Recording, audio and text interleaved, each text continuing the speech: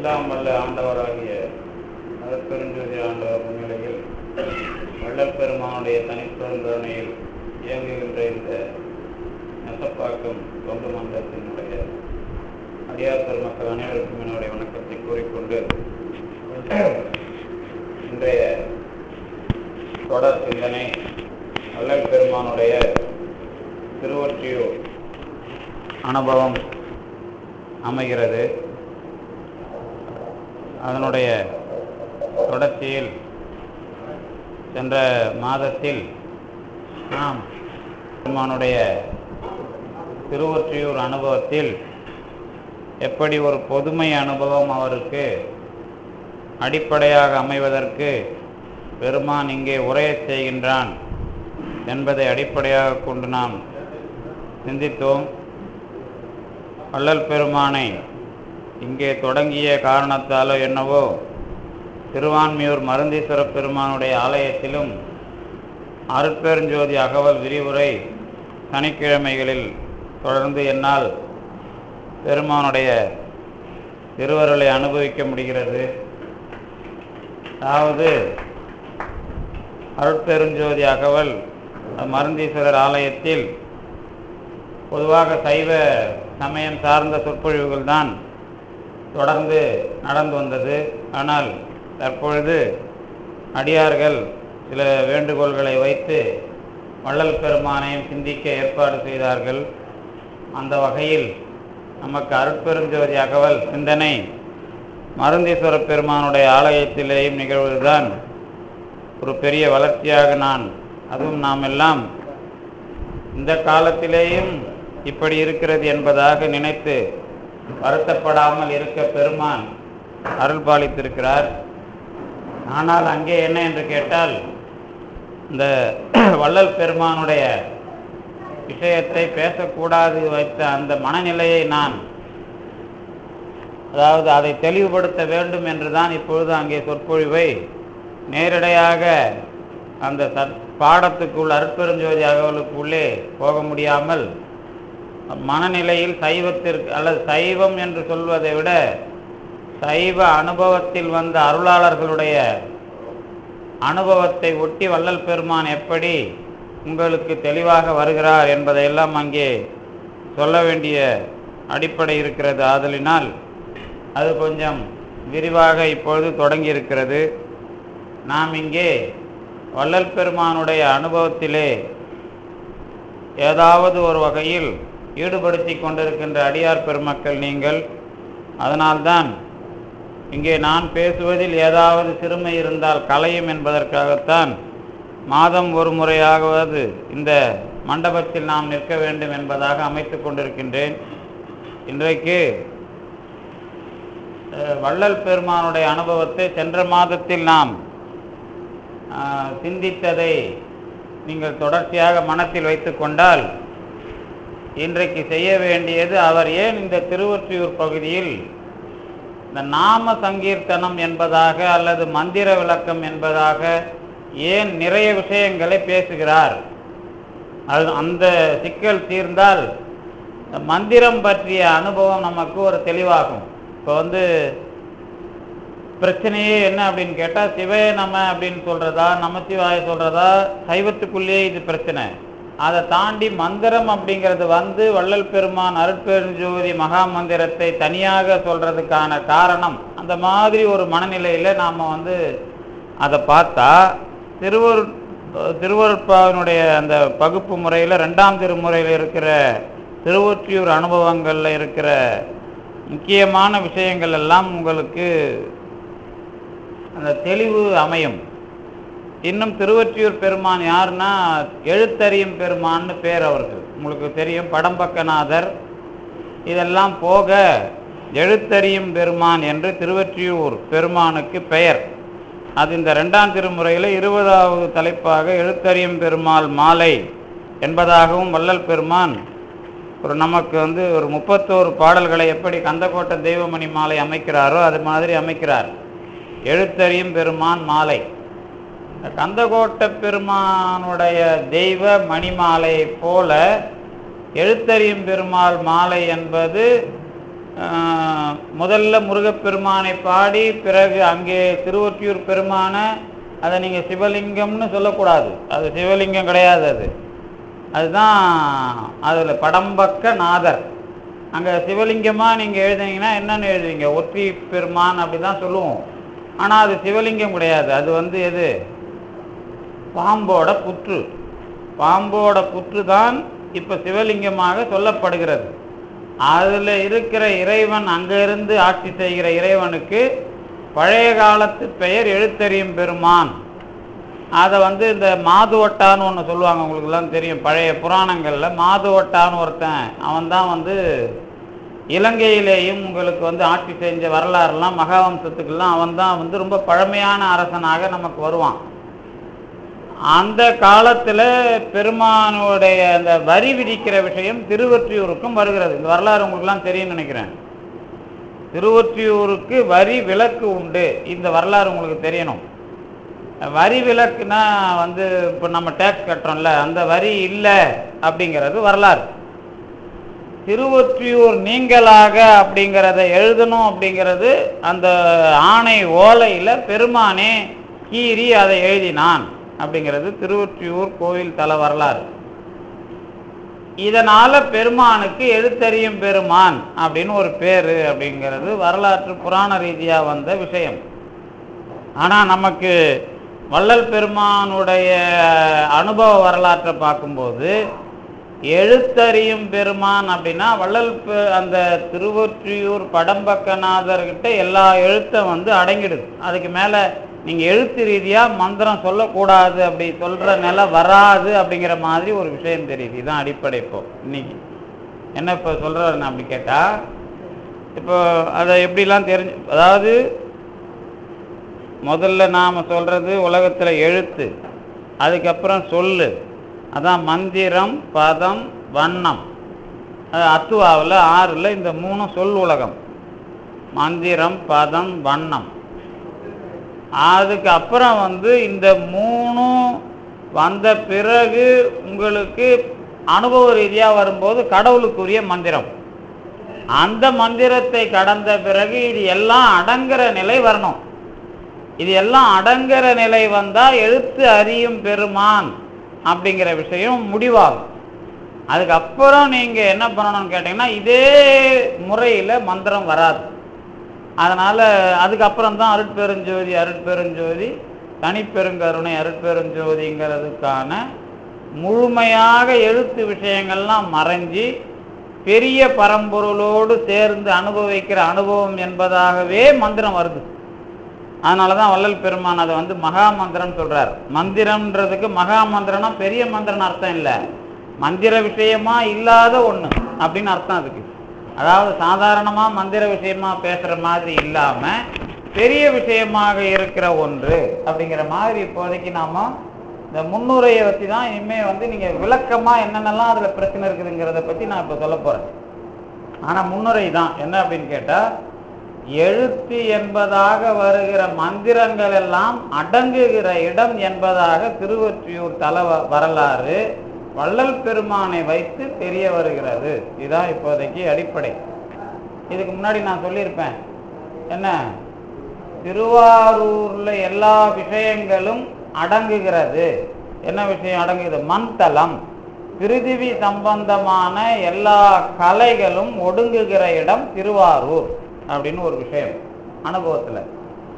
சிதம்பரம் என்று வருகிற பொழுது எல்லா கலைகளும் ஒடுங்குகிற, சிவகலைகள் எல்லாம் ஒடுங்குகிற இடம் அப்படின்னு நம்ம சிதம்பரத்தை பார்த்து, நீங்கள் சிவபெருமானுடைய ஆட்டத்திலே எல்லா விஷயங்களும் ஒடுங்குகிறது. 2வது. அதுக்கு பிறகு வருகிற நம்ம திருவொற்றியூர் அனுபவம் தான் இந்த எழுத்து, அந்த சொல் இந்த விஷயமா இல்லாமல் அதே ஆரூர் விஷயமா இருக்கிற உலகமும் இல்லாமல் பெரிய ஒரு விஷயமாக இருக்கிறது. இப்போ 3 பேர் ஞாபகத்துக்கு வரணும். திருவாரூர், தில்லை, தில்லைக்கு பிறகு திருவொற்றியூர். இந்த திருவொற்றியூர் அனுபவத்துக்கு முன்னாடி இப்போ நீங்கள் மந்திரம்னா என்ன அப்படின்னு ஒரு விஷயம் நம்ம எல்லாருக்கும் தெரிஞ்சிருக்கோம். இருந்தாலும் நம்ம ஒரு அடிப்படைக்கு வச்சுங்களேன். இப்போ மந்திரம்னா நினைப்பவரை காப்பது, அந்த மாதிரி விளக்கம்லாம் ஒரு பக்கம். இந்த வேதம், உபநிடதம், அதுக்கப்புறம் நம்ம சைவ ஆகமங்கள், அதற்கு பிறகு வருகிற சாஸ்திரங்கள், இதிலெல்லாம் மந்திர விஷயமா என்ன வருது அப்படின்னு கேட்டால், முதல்ல உலகத்தில் நிறைய மொழிகள் இருக்கிறது. இந்த மொழியோட வேலை என்ன அப்படின்னு கேட்டால், சொற்களை காரண சொல் அல்லது இடுகுறி சொல்லுன்னு பயன்படுத்தும். காரண சொல் இடுகுறி சொல்னா என்ன அப்படின்னு கேட்டால், இப்போ ஒரு சொல்லை நாம் சொல்கிறோம். இப்போ மல்லிகை அல்லது முல்லை அப்படின்னு ஒரு பேர் வைக்கிறோம் வச்சுங்களேன். இந்த முல்லை அப்படின்னு ஒரு பேர் வச்சா, முள் என்றால் அன்பு, அதை பெருக வைக்கிற ஒரு மலர். இந்த மலரை அணிந்தால் பாசம் அதிகமாக இருக்கும். அந்த மாதிரி ஒரு விளக்கம் வந்தால் அதுக்கு பேர் காரண சொல்னு பேர். இந்த காரணமே இல்லாமல் இப்போ நாற்காலினா 4 கால்களை உடையது அப்படிங்கிற ஒரு விளக்கம் அதில் இருந்தால் நாற்காலி. இதெல்லாம் இந்த சொற்கள் காரண சொற்கள்னு நாங்கள் சொல்லுவோம். ஆனால் 4 கால் உள்ளது மிருகமும் இருக்குது, வேற ஒன்றும் இருக்குது, அதுக்கு ஏன் நாற்காலின்னு வரல அப்படின்னு கேள்வி கேட்போம். அதே மாதிரி கால்நடை, இது மிருகம்லாம் கால்நடை தானே. மனுஷனும் தான் காலால் நடக்கிறான், மிருகமும் காலால் நடக்குது, இதில் எல்லாரும் தானே கால்நடை அப்படின்னு ஒரு கேள்வி காரணமாக கேள்வி கேட்டால் என்ன பதில் சொல்லுவோம்? மிருகங்களுக்கு ஏன் கால்நடை? உண்மையிலேயே வெறும் காலால் நடக்கிறது நாம தான். கையையும் சேர்த்து காலால் நடக்கிறது மிருகங்கள். அதாவது 4 கால்னு சொல்கிறோம்ல, அது 2 கையும் அதுக்கு கையாக வராது, 4ம் காலாவே மாறிடும். நமக்கு தான் 2 காலை மேலே தூக்கி வச்சுட்டான் கடவுள். அதனால நாம் மனிதர்கள்ங்கிற பிறவிக்கு வந்துட்டோம். ஏன்னா நாம் ஓடுறதுக்கு 2 கால் போதும், 2 கையை உழைக்கிறதுக்கு நமக்கு தேவை. அப்படிங்கிறது தான் படைப்பினோட ரகசியம். இந்த நமக்கு கால்நடைன்னு பேர் வைக்காம அதுக்கு ஏன் கால்நடைன்னு வச்சாங்கன்னா, கையே காலாக மாறிடுது, அதனால கால்நடை அப்படின்னு ஒரு விளக்கம் வரும். சரி, அதுக்கப்புறம் காரைக்கால் அம்மையார் கைலாயத்திலிருந்து நடந்து வந்தாங்க தலையால் வரும்போதுன்னா அதுவும் கால்நடை தான். கையை காலாக மாற்றுறாங்க. அதுக்கப்புறம் என்ன பண்ணுவோம்னு கேட்டால், கொஞ்சம் அதிகமாக அதை ஆராய்ச்சி பண்ணி அது கால்நடைனா காற்றை பிடித்து நடக்கிற நடை.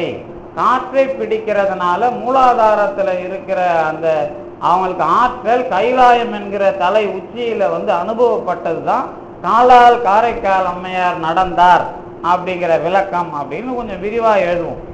அப்போ என்னன்னு அர்த்தம் கேட்டால், ஒரு சொல்லுக்கு காரணகாரியமாக விளக்கம் எழுதுகிற முறை ஒன்று இருக்குல்ல, அது என்னன்னு கேட்டால், ஒவ்வொரு சொல்லுக்கு இருக்கிற வரலாறுல அதோட செயல் என்ன அப்படிங்கிறத காட்டும். இப்போ நம்ம இவர் கூட தெரியும், பதஞ்சலி அப்படின்னா காற்றை முறையாக பிடித்து அடக்கியவர். பதம்னா பாதம், பாதம்னா கால், கால்னா காற்று அப்படின்னு அதுக்கு யோகத்தில் விளக்கம் சொல்லுவாங்க. அதே மாதிரி நம்ம மார்கண்டேயன் காலால யமனை உதைச்சார் அப்படின்னா, மார்கண்டேயனுங்கிற மரணத்துக்குரிய உடம்ப அந்த காற்றை அவர் ஒழுங்குபடுத்தி மார்கண்டேயனை என்றும் இளமையானவனாக ஆக்கினார். இப்படிலாம் காரணம் சொல்லுவோம். இதுதான் ஒரு நிகழ்ச்சியையும் மூல விளக்கமாக கொஞ்சம் விவரமாக நாம புரிந்து சொல்லுவது காரண விளக்கம். இப்படி எல்லா சொல்லும் பொருள் குறித்தனவே அப்படின்னு தொல்காப்பியத்தில் எழுதினாங்க. அதுக்குதான். அதுக்கு பிறகு இந்த காரணம் இல்லாத மற்ற மொழி சேர்ந்து அப்புறம் இது வேற வேற நடவடிக்கையில ஒரு அடையாளமா இந்தந்த மக்களுக்குள்ள ஒரு அடையாளமா சொன்னா அது இடுகுறின்னு பேர். இடுகுறினா ஒரு 4 பேர் சேர்ந்து அவங்களா ஒரு சொல்ல காயின் பண்ணுவாங்க, உருவாக்கி அவங்களுக்குள்ள குழு குறியா இருக்கும். இதெல்லாம் இடுகுறின்னு பேர். இந்த மற்ற மொழி சொல்லுவ சைக்கிள் அப்படிங்கிறதும் நம்மளை பொறுத்த வரைக்கும் இடுகுறி தான். அதை நாம ஈருருளி அப்படி இப்படின்னு பேர் வச்சாதான் காரண சொல்லுன்னு அர்த்தம். அப்ப நாம மற்ற மொழியிலிருந்து வர்றதை வைக்கிறது, நமக்குள்ள ஒரு குழுவா சேர்ந்து வைக்கிறது, இதெல்லாம் இடுகுறி அப்படிங்கிறது சொல் வரலாறு. முடிஞ்சிருச்சா? இதுக்கு பிறகு என்ன பண்ணுவோம்னா, கொஞ்சம் நம்ம இந்த உலகத்தை ஆராய்ச்சி பண்ணி நமக்கு என்ன சொல்லு, அப்புறம் இந்த பூமிக்கு என்ன சொல்லு, ஆகாயத்துக்கு என்ன சொல்லு, இப்படின்னு ஒரு ஆராய்ச்சி இருக்கு. அதுக்கு பேர் தான் வந்து மந்திரம். மந்திரம்னா இப்போ நாற்காலி இருக்குன்னு வச்சுங்களேன், 4 கால்களை உடையதுன்னா அது பழக்கத்தில் வைக்கிற பேர், பழக்கத்தில் நடைமுறை காரண பெயர், அவ்வளோதான். ஆனால் நாற்காலிக்கு ஒரு சொல் இருக்கும், அந்த சொல்ல சொன்னால் நாற்காலி அப்படியே உருவாகணும், அதுக்கு பேர் மந்திரம். அதாவது பூமிக்கு ஒரு எழுத்து இருக்குது, ஆகாயல்லா ப ரா யா அப்படிங்கிறது 5 பூதத்துக்கும் உள்ள பேர். சைவ சித்தாந்தத்தில் உண்மை விளக்கம் படித்தவங்களுக்கெல்லாம் தெரியும். ஒரு நிறம் இருக்கும், ஒரு குறி இருக்கும், ஒரு எழுத்து இருக்கும், ஒரு தெய்வம் இருக்கும், ஒவ்வொரு பூதத்துக்கும். இந்த 5 பூதத்தை நீங்கள் அடக்கணும்னா பூமி எழுத்தை மட்டும் உச்சரித்து அதுக்குரிய அடையாளமாக வச்சு அதுக்குரிய நிறத்தை வச்சு அதை நீங்கள் தவம் பண்ணீங்கன்னா அந்த பூமி உங்கள் கைக்கு வந்துடும். பூமியில் நீங்கள் எங்கே வேணாலும் பூகம்பம் வர வைக்கலாம், பூமியில் எங்கே வேணாலும் நீங்கள் எதை வேணாலும் பண்ணலாம், அதே மாதிரி ஆகாயத்தை பண்ணலாம். இந்த மாதிரி பண்ணுறவங்க தான் இந்த சித்த வைத்தியத்தில் பாம்பு கடிச்சிட்டா கருட உபாசனைன்னு ஒன்று சொல்கிறாங்கல்ல, இதெல்லாம் உபாசனா மந்திரம்னு சொல்கிறோம்ல. இங்கேயே நீங்கள் பாம்பு கடிச்சிட்ட ஒருத்தனுக்கு போய் வைத்தியம் பண்ணாமல் ஒருத்தர்கிட்ட போய் சொன்னீங்கன்னா அவர் அங்கே இருந்துக்கிட்டு பாம்போட விஷத்தை இறக்குவார். இந்த வரலாறுலாம் உங்களுக்கு தெரிஞ்சிருக்கும். ஏன்னா வந்து எல்லா இடத்துலையும் இதெல்லாம் சொல்லியிருப்பாங்க. கருட உபாசனை பெற்றவனுக்கு நீங்கள் போய் சொன்னீங்கன்னா பாம்பு கடித்தவனுடைய விஷத்தை அங்கே இருந்தே இறக்குவார். கருடனை கட்டி போட்டு, கருடனை கட்டி போகிறதுனா இந்த கருடன் இல்லாது, எல்லா கருடனுக்கு உரிய மூல மந்திரம் அவருக்கு தெரியும். அவர் நினைச்சா எந்த இடத்துலையும் கருடனை கொண்டு வரலாம், எந்த இடத்துலையும் கருடனை கட்டி போடலாம். அதுக்கு அதே மாதிரி தான் வந்து எல்லா பறவை, விலங்கு, மனிதன் எல்லாருக்கும் ஒரு எழுத்து இருக்குது. அந்த எழுத்து மூலமாக தான் அவன் படைக்கப்படுகிறான். இதுதான் சித்திர சபை. இந்த சித்திர சபைன்னு ஒன்று நாம் படிக்கிறோம்ல, சபை நடனத்தில். இந்த நடனத்தில் சித்திர சபைங்கிறதுல தான் எல்லாருக்கும் மூல ஒலி சவுண்டு இருக்கிறது. இதுதான் சித்திர சபை. இந்த சித்திர சபையில் போய் தான் பெருமானே புதுசாக ஒரு பிறப்பை இந்த உலகத்துக்கு ஒரு உருவத்தை கொடுக்கணும்னா அங்கே போய் தான் அவர் எழுதணும். அதனால தான் விநாயகருடைய பிறப்பு வரும்போது இறைவனும் இறைவியும் அந்த சித்திர சபையில் போய் எழுதுனாங்க அப்படின்னு புராணம் இருக்கும். விநாயகர் புராணத்தில் பார்த்தா போயிட்டு இறைவனும் சக்தியும் சிவனும் குற்றாலத்தில் அல்லது சித்திர சபையில் போய் ஓம்ங்கிற எழுத்தை பிடிச்சி தான் இந்த வேலையை பண்ணுவாங்க அப்படின்னு வரும். இப்போ என்ன அர்த்தம் அப்படின்னு கேட்டிங்கன்னா, உலகத்தில் இப்போ பறவை அப்படின்னு ஒரு ஜாதி இருக்குதுன்னு சொன்னால் அதுக்கு அந்த பறவைக்குன்னு ஒரு மந்திரம் இருக்கும். அந்த மந்திரத்துக்குள்ள புறாங்கிறதுக்கு ஒரு மந்திரம் இருக்கும். புரியுதா? பறவை ஜாதிக்குன்னு ஒரு மூல மந்திரம் இருக்கும். பறவை ஜாதியில புறான்னு ஒரு வடிவம் வருதுன்னா அதுக்கு ஒரு மந்திரம் இருக்கும். கருடன் ஒன்று வருதுன்னா அதுக்கு ஒரு மந்திரம் இருக்கும். அந்த மந்திரம் தான் அந்த ஒட்டுமொத்த புறாவுக்கும் மூலமான ஒலி. இப்படி எல்லா மந்திரத்துக்கும் மூலமான ஒலியா தான் நம்ம எதை சொல்றோம்? ஓம் அப்படிங்கிறத சொல்றோம். அப்ப மூல மந்திரம் ஓம். அந்த மூல மந்திரத்தின் கிட்ட அதை டச் பண்றது எதுன்னு கேட்டா நம சிவய, சிவய நம, இந்த 2 மந்திரம் தான் ஓம்ங்கிறதுனோட பக்கத்துல இருக்கிற மந்திரம். அப்படின்னா என்ன? பக்கத்துல அதோட விரிவு. இப்ப நீங்க புறாவுக்கு மந்திரம் நமக்கு தெரியாது, புறாவுக்கு மந்திரம் இருந்தா அது 51 இருக்கும். ஒருவேளை அது வந்து ஓம்ங்கிறதுல 51 எழுத்து வருது இல்லை, இந்த 51 எழுத்துக்குள்ள எங்கேயாவது ஒரு எழுத்துல புறாவுக்கு மந்திரம் இருக்கும். அது உங்களுக்கு தெரிஞ்சிடுதுன்னா அதை முதல்ல என்ன பண்ணணும்? முதல்ல வந்து பூமியோட படத்தையோ இல்லை ஆகாயத்தோட மந்திரத்தையோ எழுதி அதில் புறாவோட மந்திரத்தை வச்சு அதை பண்ணுற டெக்னிக்கில் நீங்கள் பண்ணிங்கன்னா நீங்கள் தான் மந்திரவாதி. இதெல்லாம் பொய் கிடையாது. இதில் பாதிக்கு மேலே வித்தை பண்ணுறவங்க யாருன்னா இந்த முஸ்லீம்ங்க பண்ணுவாங்களாம். அது நீங்கள் உங்களுக்கு யாராவது கேள்விப்பட்டீங்கன்னா தெரியும். என்ன பண்ணுவாங்கன்னா அந்த பூதத்தை கையில் வச்சுக்கின்னு, அதனால தான் அந்த அலாவுதீன்லாம் அவங்க கதையில் வரும். அந்த பூதத்தை கையில் பிடிக்கிற மந்திரம் அவங்களுக்கு தெரியுமா? ஏறக்குறைய நிறைய முஸ்லீம் மத குருமார் கையில் ஏதாவது ஒரு பூதம் வேலை செய்யுமா? இதை நாம் வந்து வெளியில் போய் பேசினா நம்ப மாட்டாங்க. ஆனால் நீங்கள் வல்ல பூதம் வலாட்டிய பேய்கள்லாம் படிக்கிற ஆள், அதனால பூதம் இல்லாமலாம் இல்லை. இந்த வலாட்டிய பேய் வல்ல பூதம் அப்படிங்கிறதெல்லாம் கண்டிப்பா நமக்கு தெரியாது, ஆனா இருக்குது. ஏன்னா இது வரலாறு சொல்லும் போது இது எனக்கு தெரிஞ்சு, அதாவது ஒரு சித்த வைத்தியர் தான் இது சொன்னார். பெரும்பாலும் சித்த வைத்தியருங்க இந்த பூதத்தை வச்சு வேலை வாங்குவாங்களாம், நம்ம சித்த வைத்தியர்கள். ஏன்னா அவங்களுக்கு சில மருந்து கிடைக்காது, சில பொருள்லாம் கிடைக்காது இல்லை, அதை விட்டு தான் ஏறி எடுத்துட்டு வருவாங்க அப்படின்னு அந்த சித்த வைத்தியர்களுக்குள்ள நீங்கள் ரொம்ப 90 வயசான சித்தர்கள் அந்த கோடம்பாத்தில் ஒருத்தர் இருக்கிறார். அவர் நிறைய மருந்து செஞ்சு வச்சிருக்கார். வடபண்ணி முருகன் கோயிலுக்கு பக்கத்துலேயே இருக்கிறார்.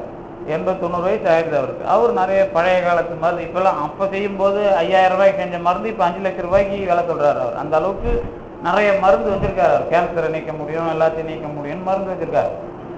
அவர் தான் இந்த விஷயத்தை சொன்னார். இந்த பூதத்தை வச்சுக்கிட்டு தான் சில சித்த வைத்தியர்கள்லாம் வேலை வாங்குவாங்க. சிஷியம் கிடைக்கலன்னா நாங்கள் பூதத்தை வச்சு தான் வேலை வாங்குவோம். அதனால சில இதெல்லாம் மெட்டல், இந்த சித்த வைத்தியத்திலேயே நீங்கள் அந்த தாவரத்தை வச்சு சித்த வைத்தியம் செய்யறது வேற, இந்த மெட்டலை வச்சு சித்த வைத்தியம் செய்யறது தான் அவன் பெரியாரு. அவங்க தான் அந்த புடம் போடுறவங்க, அவங்க தான் உருக்குறவங்க, அந்த நெய் எடுக்கிறவங்க, பஸ்பம் எடுக்கிறவங்க, இதெல்லாம் அவங்க ரொம்ப பெரியாரு. நீங்கள் யாராவது இருக்கலாம் அதில். ஏன்னா நம்ம வள்ளலார்கிட்ட வர்றவங்களாம் நிறைய பேர் சித்த வைத்தியத்தில் இருக்கிறவங்க இருப்பாங்க.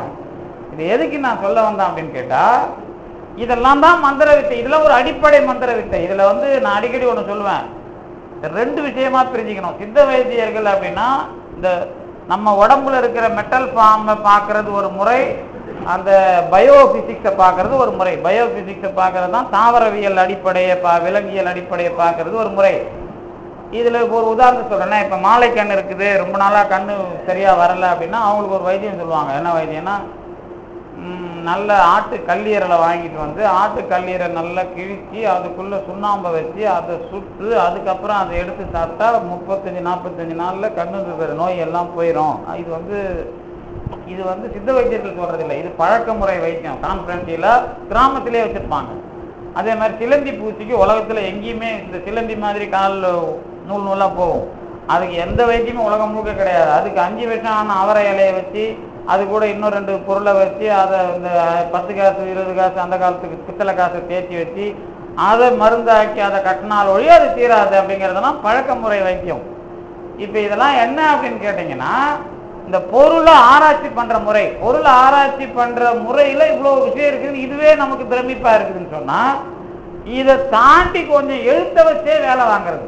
இது எப்படி உண்மை அப்படின்னு கேட்டிங்கன்னா, இந்த தாவரம் விலங்கு இதெல்லாம் வச்சுக்கிட்டு நமக்கு வைத்தியம் பண்ணுறாங்கல்ல, அதான் ஒருத்தர் புக்கில் எழுதினார்.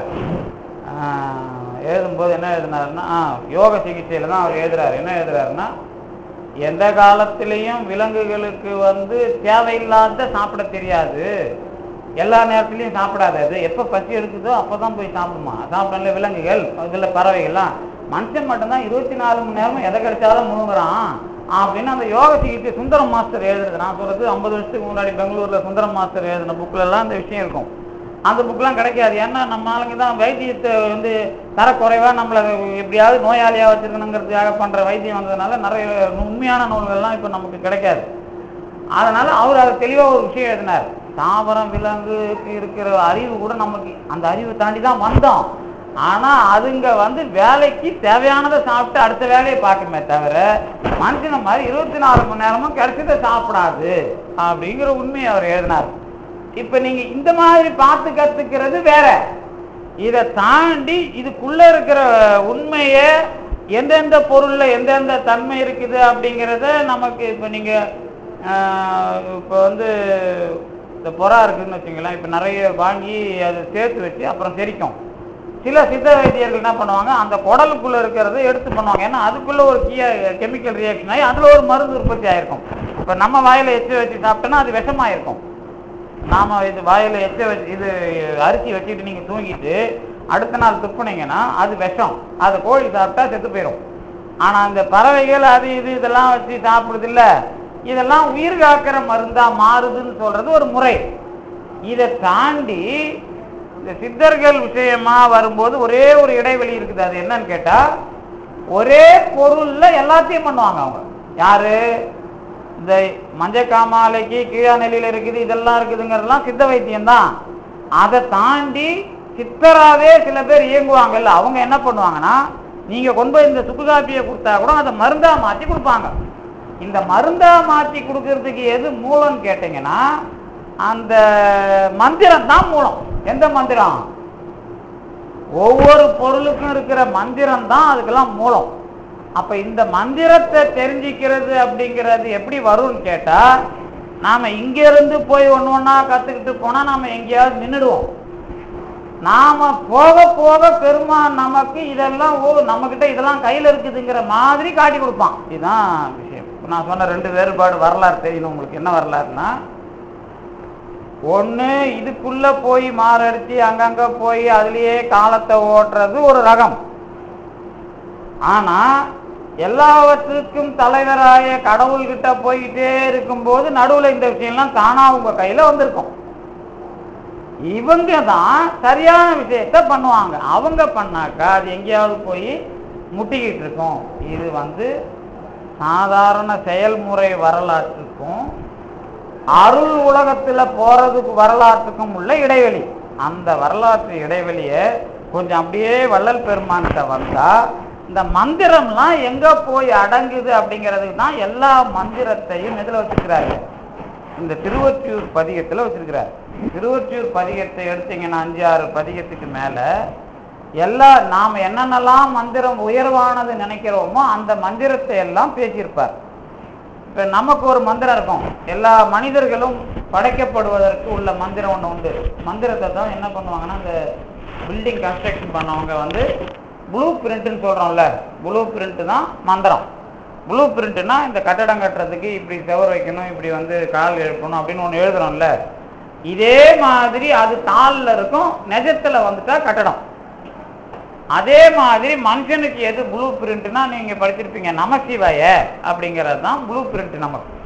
அதை நம்ம சைவ சித்தாந்த சாஸ்திர உண்மை விளக்கம்லாம் படிக்கிறவங்களுக்கு தெரியும். என்ன சொல்லுவோம்? நாடும் திருவடியிலே நகரம், ஊடும் மகரம் உதரம், வளர்த்தோல் சிகரம், அப்புறம் பகருமுகம் வா யா முடிய பார் அப்படின்னு உண்மை விளக்கம் அப்படின்னு சாத்தம் இருக்குல்ல, அது போக எல்லாருமே அதை ஒத்துட்டு இருப்பாங்க. நானா கால் தொடையிலிருந்து கால் வரைக்கும் நான் போட்டிங்கன்னா அது தெரியும். மாங்கிறது தொப்புலும் இது வரைக்கும், மார்பு கிளையிலிருந்து தொப்புள் வரைக்கும் 2 மா போடுவாங்க. அப்புறம் சிகரம் வளர்த்தோல் இப்படி போட்டால் சி, வா முகம், யா தலைமுடி. இந்த மாதிரி ஒரு ப்ளூ பிரிண்ட் தான் மனிதனுக்கு. எல்லாரும் ஆண் பெண் அது எல்லாருக்கும் ப்ளூ பிரிண்ட் அல்லது மூல மந்திரம் நம சிவைய. இதுதான் நம்ம பாடி ஃபார்ம். அதே தான் கடவுளுக்கும். அவரும் என்ன பண்ணுவாரு? தோற்றம் துடியதனில் தோயும் திதி அமைப்பில் சாற்றியிடும் அங்கியிலே சங்காரம் ஊற்றமா ஊன்று மலர்பதத்தில் உற்ற திரோதம் முத்தி நான்ற மலர்பதத்தே நாடு. அவர் அந்த சிவையை நமசிவை வச்சுக்கிட்டு தான் நடராஜா உருவமும் நடராஜருடைய ஆட்டமும் அதை வச்சுக்கிட்டு தான். இப்போ 2 பேருக்கு என்ன கனெக்ஷன் கேட்டிங்கன்னா, நமசிவைங்கிறதுல இவரும் அவங்களும் ஆன்மா அல்லது பிறப்பு எடுக்கிற நாமும் இறைவனும் ஒன்று. இப்போ இது வரைக்கும் என்ன உண்மை தெரியுதா சொல்லுங்க. இப்போ நான் இவ்வளோ நேரம் சொல்லிட்டேன். ஆனால் வள்ளலாரை பார்க்கும்போது இதுக்குள்ளே என்ன உண்மை அப்படின்னு கேட்டிங்கன்னா, ஒரு சூட்சம் இருக்குது. அது அங்கே தெரியாது. எங்கே சைவ சித்தாந்த பாடம் படிக்கும்போது தெரியாது. இங்கே வரும்போது அது என்ன உண்மை இருக்குதுன்னு கேட்டால், இந்த பிறப்பை வச்சு தான் நகரம் திருவடி, மகரம் உதரம் வயிறு, சிகரம் தோல், வகரம் முகம், யா முடின்னு நம்ம எழுதுறோம்ல, இது பிறப்பு எடுத்த உடம்பை வச்சு தான் நாம சொல்றோம். ஆன்மாவை பேசல. நல்லா ஞாபகம் வந்துச்சா? என்னத்தை பற்றி பேசுகிறோம்? இந்த நமசிவாய நீங்கள் இப்போ எல்லாத்தையும் கொஞ்சம் நல்லா தொட்டு பார்க்குறீங்க. இப்போ அப்படி மாற்றாதான் இதோட உண்மை தெரியும். மந்திரம்னா என்ன, அது எந்த லெவலுக்கு அப்படிங்கிறது உண்மை தெரியும். இப்போ நாம் வெளியில் பிடிச்சின்னு பேச, இப்போ சிவவாக்கியர் படிச்சிங்கனாக்கா அவர் நமசிவாய வச்சு தான் மொத்தத்தையும் பேசுவார். நீங்கள் இங்கே சிவவாக்கியர் தெரிஞ்சவங்க, அவர் சிவவாக்கியர் சாதாரண ஆள் கிடையாது. எப்படி ஔவையார் ரொம்ப பெரிய ஆளோ அந்த மாதிரி சிவவாக்கியர் ரொம்ப பெரிய ஆள். சிவவாக்கியர் மாதிரி கவுண்டர் கொடுத்து தெளிவாக உண்மையை சொன்ன ஆள் எனக்கு தெரிஞ்சு இல்லை. அவ்வளோ பெரிய ஆள் அவர். அவர் திருவண்ணாமலையில தான் வேலை பார்த்துருக்கிறார். அது எப்படி தெரியுதுன்னா, திருவண்ணாமலை பாட்டில் அருணகிரிநாதர் போய் எனக்கு சிவவாக்கிய அமுத குடுன்னு கேட்குறாரு. அப்படின்னா அருணகிரிநாதர் கேட்டது சிவவாக்கியர் பெற்ற அனுபவத்தின் அர்த்தம். இப்போ எப்படி மாணிக்கவாசகர் கேட்குறார், அது அந்த ஒரே ஒரு பாட்டில் அந்த அந்த அந்த அந்த உண்மை தெரியுது நமக்கு. எதில்?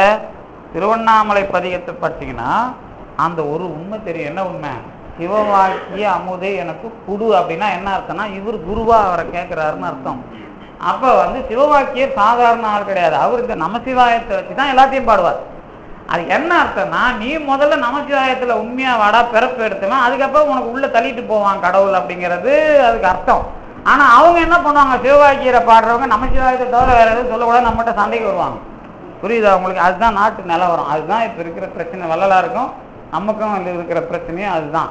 இப்போ நமசிவாய அப்படிங்கிறத பற்றி நீங்கள் எடுத்துக்கிட்டு அதோட உண்மையை எது வரைக்கும் வச்சு விளக்குறாங்க அப்படின்னு பார்த்துட்டீங்கன்னா இது எந்த கட்டத்தில் நிற்குதுன்னு தெரியும். அப்போ எந்த கட்டத்தில் அது நிற்குது? நகரம், மகரம், சிகரம், வகரம், யகரம் அப்படிங்கிறத நமசிவாய அப்படிங்கிறதுல பேசக்கூடாது. இது என்ன விஷயம்னு கேட்டிங்களா? இதில் ஒரு வேடிக்கை என்னன்னு கேட்டிங்களா, இப்போ நாம் இதை இங்கே வள்ளலாருங்கிறவங்க மேலே நிற்கிறதுனால நீங்கள் ஒரு தெரிஞ்சோ தெரியாமல சைவத்துக்கு அதை வந்து அவங்கள ஒரு கொஞ்சம் கேவலமாக பார்த்துட்டு நீங்கள் மேலே உட்காந்துக்கிறீங்கன்ற மாதிரி கூட நினச்சிங்களா? அது ஒன்றும் தப்பு இல்லை. அப்படி நினச்சா கூட உண்மையை பேசலான்ற நான், வேற ஒன்றும் இல்லை. நாம் மேலே போகிறோமா இல்லையாங்கிறது வேற. சும்மா கொஞ்சம் அப்படி எல்லாம் பார்த்தோம்னா உண்மையாக பேசுறதுக்கு தைரியம் இருக்குதுன்னு அர்த்தம். கொஞ்சம் எல்லாம் பார்த்தா ரைட்டா? அதனால நீங்கள் நாம் சைவ சித்தாந்த பெருமளத்தில் பேசுகிறோம், அங்கே பேசுகிறோம், அதுக்கு நம்ம என்ன பண்ண முடியும்? அங்கேயும் நம்ம உண்மையை தான் பேச முடியும். அதனால வந்து கொஞ்சமாக பேசுவோம், அவ்வளோதான் விஷயம். ஏன்னா அங்கே சண்டைக்கு வந்துட்டு போகிறாங்க அப்படின்னு, நேரடியாக சண்டைக்கு வந்தேன் அப்படி இல்லைன்னா தொப்புக்கு போகாதுன்னு, அவ்வளோதான். அதனால என்னன்னு கேட்டிங்கன்னா, இப்போ நல்லா எனக்கு வந்து இதை நான் நினச்சிட்டு வரல. இன்னைக்கு நான் புக்கை எடுக்கும்போது கூட அவர் தடுக்கிறார். சரி பரவாயில்ல, இன்னைக்கு ஏதோ புது விஷயம் நமக்கு சொல்லிக் கொடுக்க போகிறார் பொழுது அப்படிங்கிறதுனால நான் புக்கை எடுக்கல, பேப்பரும் ஏதாவது இங்கே தான் வந்து புக்கை வாங்கினா அப்படியே நோட் பண்ணேன். ஏன்னு கேட்டால் என்னைக்காவது ஒரு நாளைக்கு தடுக்கிறாங்கன்னா அதை ஏற்றுக்கணும். ஏன்னா அதில் ஏதோ நமக்கு சொல்லிக் கொடுக்க தயாராக இருக்கிறாங்க அப்படின்னு அர்த்தம் அதுக்கு. அதுதான் அது இன்னைக்கு நடந்தது. அதில் என்னன்னா, நமசிவாயங்கிறத உண்மையாக சொல்ல, இந்த பிறப்பில் இருக்கிற மனிதன் முதல்ல அவனை வச்சு தான் நீங்கள் அதை பார்க்கணும். கொஞ்சம் மந்திரமாக பார்த்தாதான் சிவையை நம்ம அங்கே ஆன்மா வந்துடும். இங்கே உடம்பு மட்டும், உடம்பை வச்சு இந்த பிறப்பை வச்சு மட்டும் பார்த்தீங்கன்னா உலக அனுபவத்தோட மூலத்தை ஆராய்ச்சி பண்ணுறதுக்கு நமசிவாய என்று தான் நீங்கள் பண்ணணும். அதனால தான் வள்ளல் பெருமான் என்ன பண்ணுறாரு, நமசிவாயன்னு நீ என்ன பண்ணணும் அப்படின்னு நமசிவாய லகரி பாடுறாருல்ல, நமசிவாய சங்கீர்த்தன லகரி அப்படிங்கிறது ஒரு தலைப்பிலே நம்ம வள்ளல் பெருமான் பாடுறார். அதில் பாடும்போது என்ன பண்ணுறாருன்னா, நமசிவாயத்தை நான் மறவேனேம்பார். அவரே என்ன பண்ணுவார்னா, சிவாய நம என்று நினை, அப்புறம் சிவாய நம என்று இடு நீரு அப்படிம்பார். யாரு? வள்ளல் பெருமான். இப்போ ரெண்டு விஷயம் அவர் வந்து பிரிக்கிறார். இப்போ நீங்கள் இன்னமும் நினைப்பீங்க ஏதோ நமசிவாய சொல்கிறாரு, அதனால நாம் அவர் அப்போ சைவத்திலேருந்து பாடினாரு, இப்போ ஏதோ அது பெருஞ்சோதியாக ஒன்றா தனியாக ஒரு தனியாக தூக்கி கொடுக்குற மாதிரியும் அதை என்னமோ தனியாக வைக்கிற மாதிரி இது தனியாக தனின்னு சொல்லிட்டு இருக்கிறேன்ல. மக்களை எப்பவுமே நீங்கள் பிரித்து பார்த்தீங்கன்னா நாமளும் வந்து கடைசி வரைக்கும் தெளிவடைய மாட்டோம். எப்படி இப்போ வந்து நான் தான் அடிக்கடி சொல்லுவேன், என்னன்னு கேட்டால், இப்போ நீங்கள் இருக்கிறீங்க வச்சுங்களா, நாம் எல்லாருமே தான் எனக்குள்ள இருக்கிற எண்ணம் எப்போ வெளிப்பட்டு வேலை செய்யும். நீங்கள் எல்லாருமே இப்போ பிறந்திருப்போம், அப்பா அம்மா கண்ட்ரோலில் வளர்ந்துருப்போம், அப்புறம் பாட்டியார் கண்ட்ரோலில் இருப்போம், அப்புறம் வேலைக்கு போகிறதுக்கு ஆராய்ச்சியோ அல்லது ஏதோ ஒரு முதலாளியோ அல்லது யாரோ ஒரு அதிகாரிக்கோ இருப்போம்ல. எது வரைக்கும் நீங்கள் உங்களை காட்டியிருக்கிறீங்க சொல்லுங்கள் பார்ப்போம். ஆனால் நீங்கள் உங்களுக்குள்ள தெரியும். அது புரியுதா நான் சொல்கிறது? இந்த ஆள் இப்படியே பண்ணிருக்கேன், நான் இவன்கிட்ட கத்தி எப்படா அதுலேருந்து விடுதலை கிடைக்கும் அப்படின்னு அப்பாவையும் நினைப்பாங்க, அதிகாரியும் நினைப்பாங்க, வாத்தியாரையும் நினைப்பாங்க. ஏன்னா இவனுக்குன்னு ஒன்று இருக்கும், இதுதான் பிறப்பு. யாரும் யாரையும் உருவாக்குறதும் இல்லை, யாரும் யாரையும் ஒன்றும் பண்ணி தொலைக்கிறதும் இல்லை. அவங்கவுங்க நேரம் கிடைக்கும் போது அவங்களாம் தெரிவாங்க. ஆமாம், நீங்கள் அது புருஷன் முன்னாடியாக இருந்தாலும் சரி, புள்ள அப்பாவாக இருந்தாலும் சரி, அவங்களா தெரியும் போது நமக்கு வேறுபாடு தெரியும் போது இது வேற நாம வேற, நாம இப்படி நினைச்சிருந்தோம் இது இப்படி போலது அப்படின்னு தெரியும் உங்களுக்கு.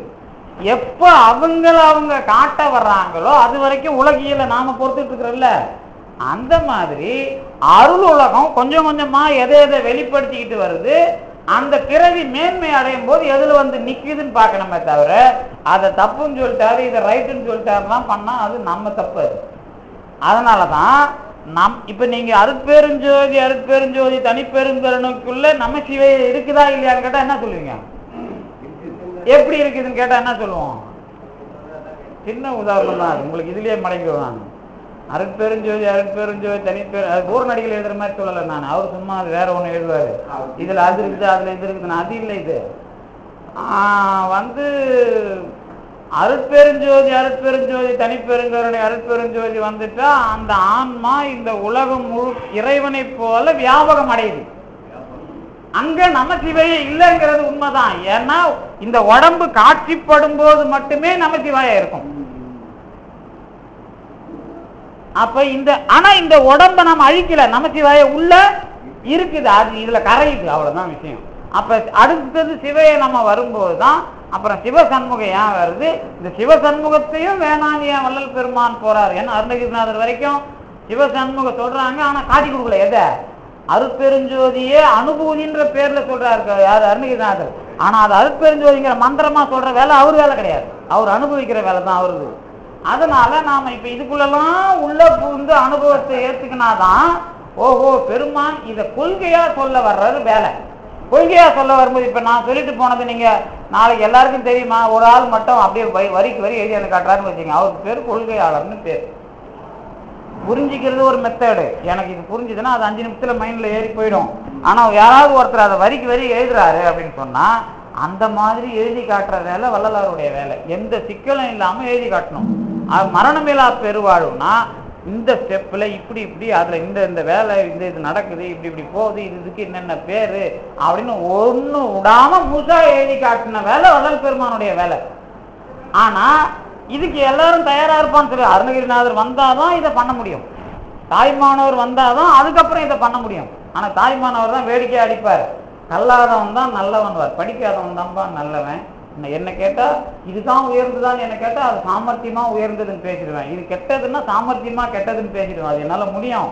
ஆனா அனுபவம் வரும்போது சமரச சுத்தத்துக்கு வர்றதுக்கு கல்லாதவன் நல்லவன் ஒரு பாட்டு பாடியிருப்பார். இங்க தாய்மானவர் போய் எடுத்து பாருங்க, கல்லாத பேர்களே நல்லவர்கள்னு பாடியிருப்பார். ஏன்னா அங்கதான் வள்ளல் பெருமான் நிற்கிறார். மதமான பேய் பிடியாதிருக்க வேண்டும்னா கல்லாத நிலைமைக்கு நீ போகணும். படிக்காதவன்றது அர்த்தம் இல்ல, கல்லாதவன மாதிரி நாம போகணும். இப்ப தாய்மானவர் கல்லாத பேர்களே நல்லவர்கள்ங்கிறத அப்படியே நீங்க மாற்றி வள்ளல் பெருமாட்ட வந்தா மதமான பேய் பிடியாதிருக்க வேண்டும். மதம் எப்ப பிடிக்கும்னு கேட்டா எப்பெல்லாம் எழுத்து வாசனை இருக்குதோ அப்பெல்லாம் மதம் பிடிக்கும். அப்பதான் எழுத்தறியும் பெருமான்கிட்ட போய் சரண்டர் ஆயிட்டா எழுத்துலாம் மறைஞ்சி போய் அது மந்திரமா இல்லாம அருட்பெருஞ்சோதி அருட்பெருஞ்சோதியா மாறுது. மகா மந்திரம்னா மந்திரம் கிடையாது, அது எல்லாமே அதுக்குள்ள அர்த்தம், அவ்வளவுதான். அதுல போய் நீங்க உபசரிச்சு அதெல்லாம் நீங்க இப்படி உச்சரிச்சு பண்ணணும், இந்த முறையில கயிறு உருட்டினாலும் அவர் சொல்லவே இல்லையா? சொல்லியிருக்கிறாரா வள்ளல் பெருமான் எங்கேயாவது? ஒரு ருத்ராட்சத்தையோ அல்லது எதையாவது வச்சுக்கிட்டு 108 தடவை அருட்பெருஞ்சோதியை சொல்லுங்கன்னு சொல்லிக்கிறாரா? இல்ல இல்ல. இப்பதானே திங்க் பண்றோம்.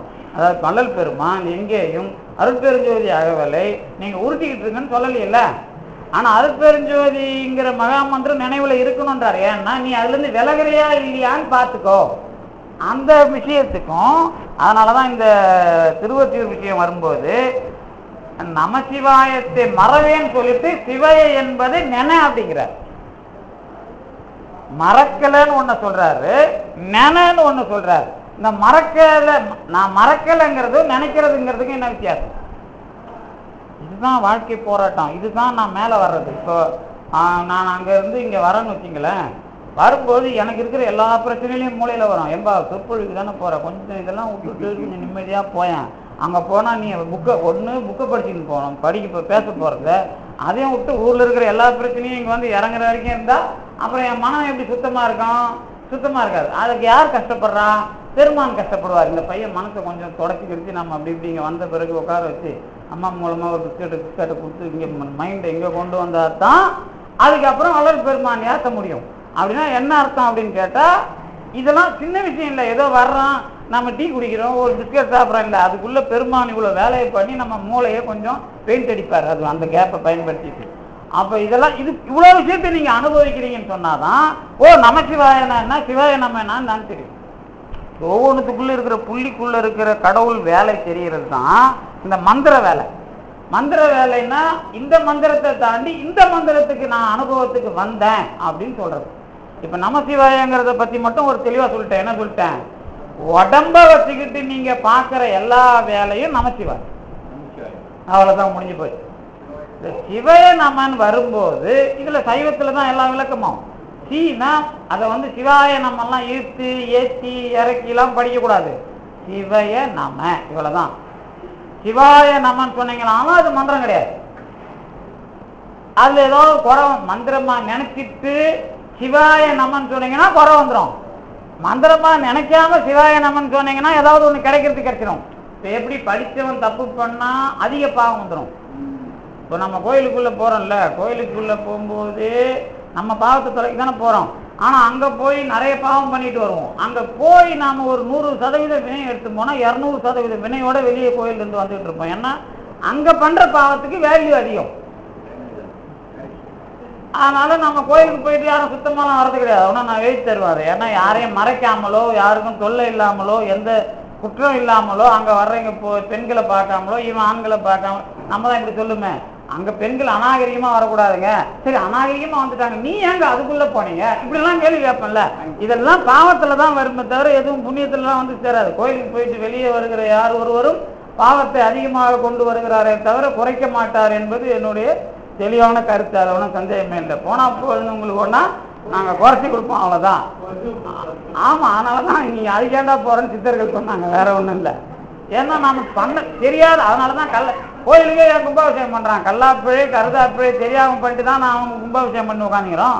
அப்ப நமக்காக தானே அந்த தண்ணி தெளிச்சாதான் நாம கோயிலுக்கு போய் பண்ண தப்பெல்லாம் இல்லாம போகும். இல்லைன்னா அது ஒன்றும் கிடையாது. அதனால்தான் கோயிலுக்கு போய் அவன் ஊர்ல இருக்கிறவங்க கொடுக்குற சுண்டலையும் சாப்பாடையும் வாங்கி சாப்பிட்டு ஏன்பா அவங்க வீட்டு பாவத்தை நீ வாங்கின்னு வர, அதெல்லாம் அவங்க வீட்டு பாவம் தானே. பிரதோஷத்துல ஊறப்பட்ட அந்த கடலையும் சுண்டலையும் கொடுத்து அவங்க வீட்டு பாவத்தெல்லாம் நம்ம வீட்டுக்கு இறக்கிறான்.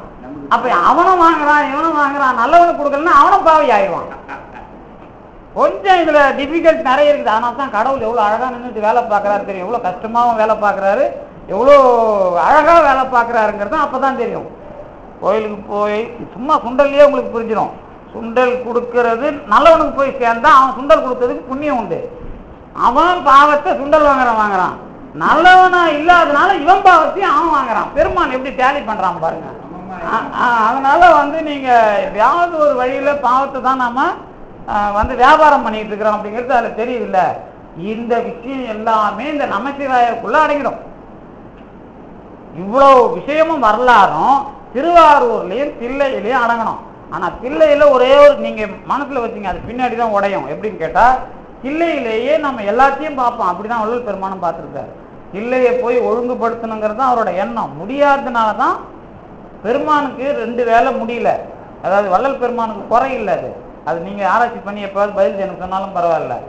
வள்ளல் பெருமானுக்கு 2 விஷயம் முடியல. ஒண்ணு, சிதம்பரத்தை சீர்திருத்த முடியல. 2வது, அவர் கட்டின சபையே அவரால் நடத்த முடியல. சாவி வாங்கி வச்சுக்கிறார். இதை குறையா சொல்றதா நிறையா சொல்றதா? நீங்க ஒன்றும் ஒரு படிமன்றம் கிட்டிமன்றம் வச்சு ஒரு 6 மாசம் கழிச்சு எனக்கு சொன்னீங்கன்னா அப்புறம் நான் பதில் சொல்லுவேன். என்ன ஏன்னு கேட்டா, ஏன்னா வள்ளல் பெருமானை எங்க புரிஞ்சுக்கிறோம், அப்ப எப்ப புரிஞ்சுக்கிறோன்னு ஆகும். நாம எப்படி இருக்குன்னு தெரிஞ்சாதான் அவர் புரியும். இப்ப வள்ளல் பெருமானுக்கு குறை இல்லாது, நாம மேல போதான் ஆமாம்பா அவர் நல்லவர், அவர் எப்பவுமே தப்பா சிந்திக்க மாட்டாரு அப்படின்னு வரும். அப்ப என்ன அர்த்தம்னா அவங்க கொள்கையில பிரச்சனை இல்லை, நம்ம இடதான் பிரச்சனை. இந்த பிரச்சனையை தான் நமசிவாய தீர்த்து வை.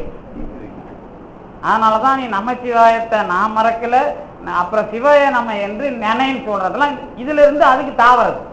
இந்த சிவாய நம்ம நினைக்கிறதுனா என்ன அப்படின்னு கேட்டீங்கன்னா, அது திருவருட் பயன்ல உமாபதி சிவாச்சாரியார் அழகா சொல்லுவார். என்ன சொல்லுவாருன்னா,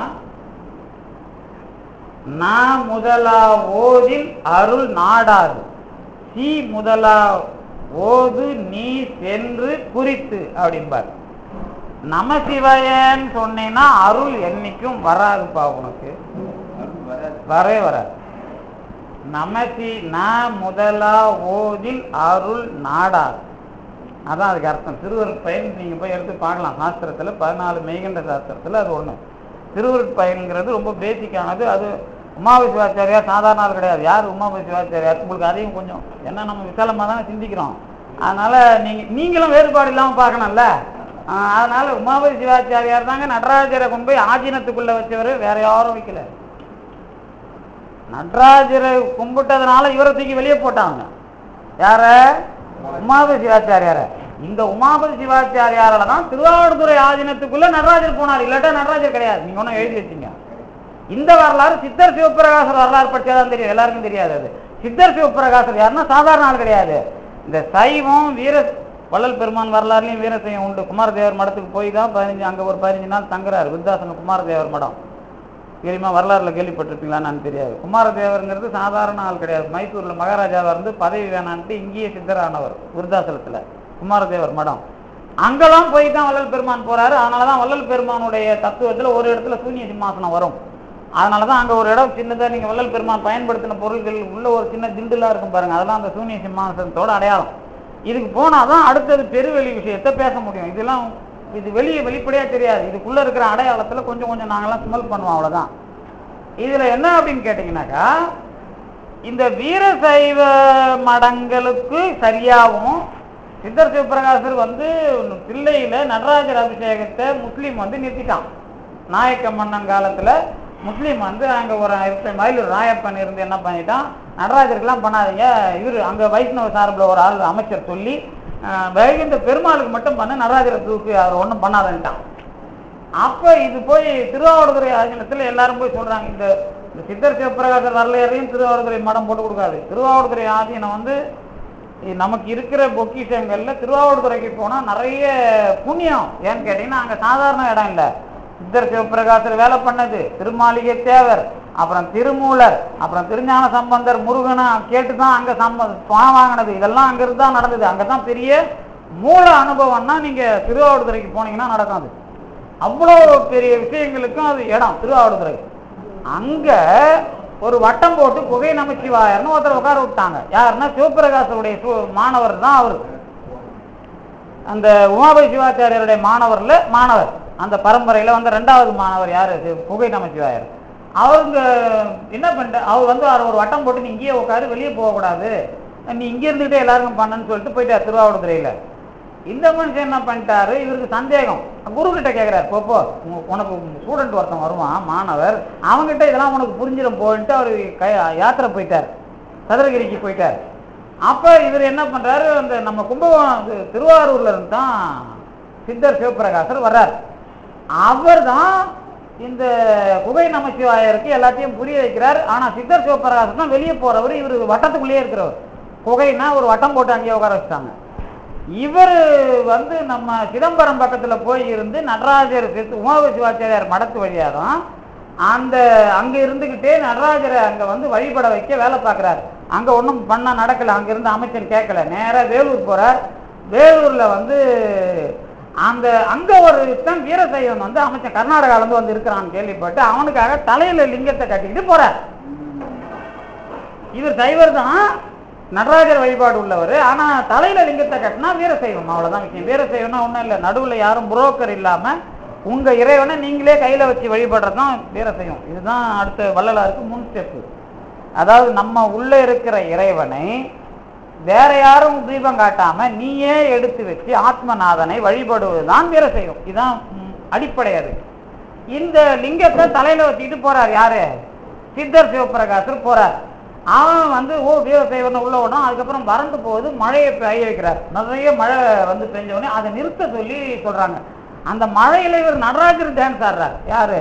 சித்தர் சிவபிரகாசர். அதான் முக்கியம். அவர் நடராஜர் மாதிரியே ஆடி திருவண்ணாமலையில சித்தர் சிவபிரகாசர் தான் திருவண்ணாமலை விளங்குறதுக்கு காரணம். அவரோட மாணவர் தான் அது காஞ்சிபுரத்துல இருந்து வந்தவர் ஒருத்தர் குழந்தைகள் மலை சுத்துறாரு. அப்ப அவருக்கு இவர் கூப்பிட்டு சாப்பாடு போட்டு அங்கேயே தங்குன்றார். 5 குழந்தை பிறகுது. அதுல ஒண்ணு தான் மயில சிவபிரகாசர். மயிலத்துல சிவபிரகாச சுவாமிகள் பாட்டு பாடினார்ல 32 பிரபந்தம். அவரு அந்த பிள்ளைய இவர் கேட்டு வாங்குறாரு, இவனுக்கு கல்யாணம் பண்ணக்கூடாது, என் பேரை இவனுக்கு வைக்கணும்ட்டு. அப்பவே குழந்தை பிறக்கிறதுக்கு முன்னாடி உனக்கு பிறக்கிற பிள்ளையில எனக்கு ஒண்ணு நீ கொடுத்தோம்னா என் பேர்ல வைக்கணும்ன்றார். அந்த சித்த சிவபிரகாசம் சும்மா இல்ல, நிறைய அற்புதம். அவர் வரலாறு உண்மையிலேயே பெரிய வரலாறு. ஆனா யாருக்கும் வெளியே தெரியாம போச்சு. அந்த வரலாறுல அவரு இந்த நம்ம திருவாவடுதுறையை ஒட்டி சேர்த்த 120க்கு மேலான மடத்தை பாதி வீரசைவத்துக்கும் பாதி திருவாவடுதுறைக்கும் பிரிச்சு கொடுத்து சமாதி ஆகிறார். அப்ப திருவாவடுதுறை மடம் சைவ மடமா வீரசைவ மடமா? கேள்விகளுக்கு இப்போ இல்ல இந்த அனுபவசாலிகள் கிட்ட போகும்போது நடராஜர் வேலை செய்யறார். அங்கதான் பொது வருது. ஆனால்தான் வள்ளல் பெருமான் எடுக்கும் போதே பொது மன்றுன்னு எடுக்கிறாரு தொடக்கத்திலேயே. ஆனா அவர் நடராஜரை பத்தி பேசினார். ஆனா கிடையாது. எங்க பேசுறாரு? திருவொற்றியூர் தியாகர் வச்சு பேசுறாரு. ஒற்றி தியாகர் நடராஜரான்னு கேட்டா நடராஜர் கிடையாது. ஆனா நடராஜர்